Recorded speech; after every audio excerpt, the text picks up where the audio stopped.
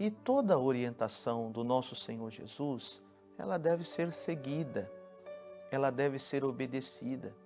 Jesus, ele olha para os discípulos e diz a ele: olha, vocês vão seguindo adiante. Eu já vou porque eu vou ter que orar. Um dos segredos para que o cristão, aquela pessoa deseja vencer na vida, e seja qualquer área, tá? É ter um período de oração, um momento de oração. E o Senhor Jesus, ele está nos ensinando isso. Você vê, já era tarde, né? Veja bem, já era tarde. Jesus estava cansado, mas ele ainda foi agradecer ao Pai. Ele foi orar. Esse tempo de oração é necessário, né? Eu sempre digo isso, que nos dias de hoje estamos tão corridos, né? É tantas coisas que temos que fazer que quando nós observamos, o dia já acabou. E nós precisamos ter um momento com Deus. Jesus está nos ensinando isso nessa tarde. Continuando o texto agora no versículo de número 24, o texto diz assim: E o barco estava já no meio do mar, açoitado pelas ondas, porque o vento era contrário. Bom, mesmo com uma ordem do Senhor Jesus, às vezes esses ventos contrários, eles querem bater na nossa porta, não é? Para que nós venhamos a desistir, para que venhamos a olhar para trás, para que venhamos deixar um projeto, deixar a igreja, abandonar tudo e todos. Não, não podemos fazer isso, porque esse vento contrário que vem, ele vem para nos tentar, né? Para tentar com que nós venhamos a desanimar, a desistir. Mas lembre-se, quem deu a ordem para seguir adiante? Você não deve esquecer isso. Quem deu a ordem para você seguir adiante foi o Senhor Jesus.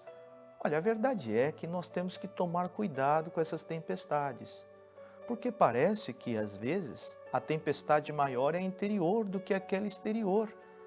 Veja que essa tempestade vai mexer com a fé dos discípulos, mas eu dei o título da mensagem que Jesus nunca falhará, e ele não vai falhar.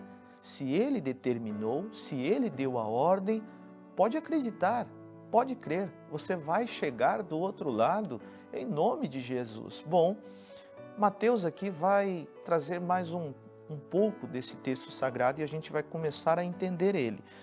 Agora nós vamos ali no versículo de número 25. O texto diz assim: Mas à quarta vigília da noite, dirigiu-se Jesus para eles, caminhando por cima do mar.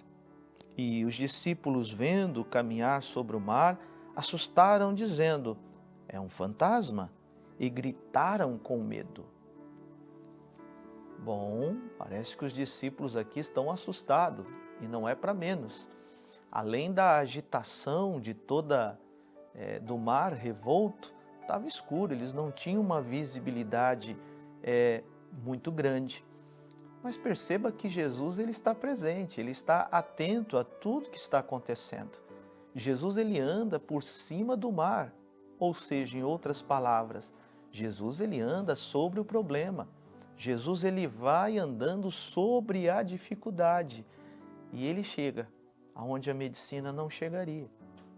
E ele chega aonde às vezes a solução humana não chegaria, mas ele chega.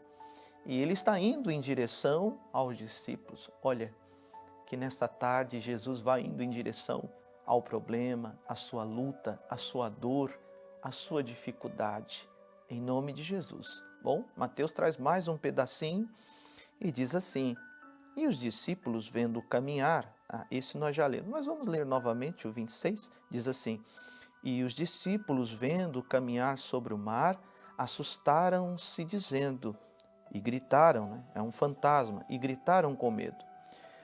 Jesus, porém, lhes falou logo, dizendo: Tende bom ânimo, sou eu, não temais.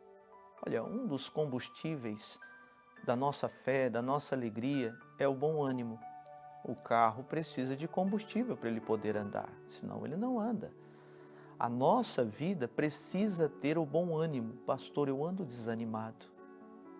olha, eu tenho faculdade, eu tenho diplomas, eu sou especializado numa área, mas o que adianta tudo isso se a pessoa estiver desanimada, não é verdade?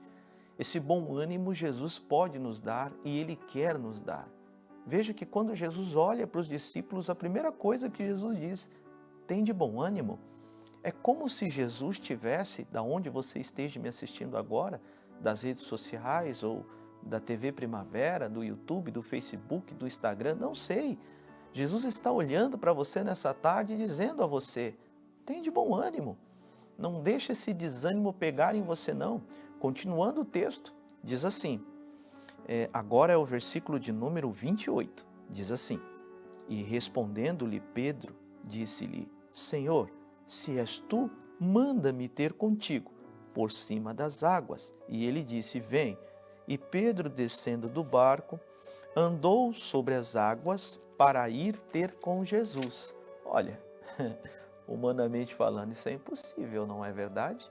Mas Pedro, depois de Jesus, andou sobre as águas. E o texto diz assim, mas sentindo o vento forte, teve medo e, começando a ir para o fundo, clamou dizendo, Senhor, salva-me!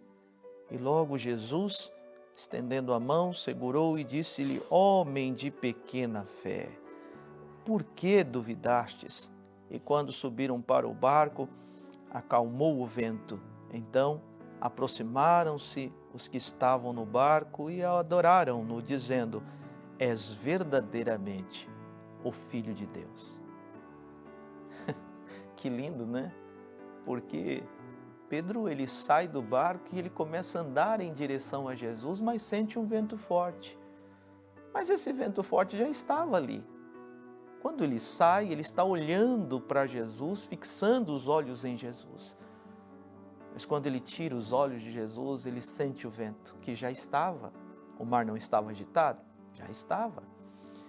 Bom, aqui nós temos uma lição para nós. Não tire os olhos de Jesus, porque se olharmos para a tempestade, para o problema, para as lutas das nossas vidas, nós vamos tirar os olhos daquele que pode resolver a tempestade. Nós vamos tirar os olhos daquele que pode resolver o problema. Então, que fique uma lição para nós. Jesus nunca falha. Não tire os seus olhos da palavra. Não tire os seus olhos de Jesus. Fazendo assim, você será mais que vencedor em nome de Jesus. Que lindo! Continuamos na programação, a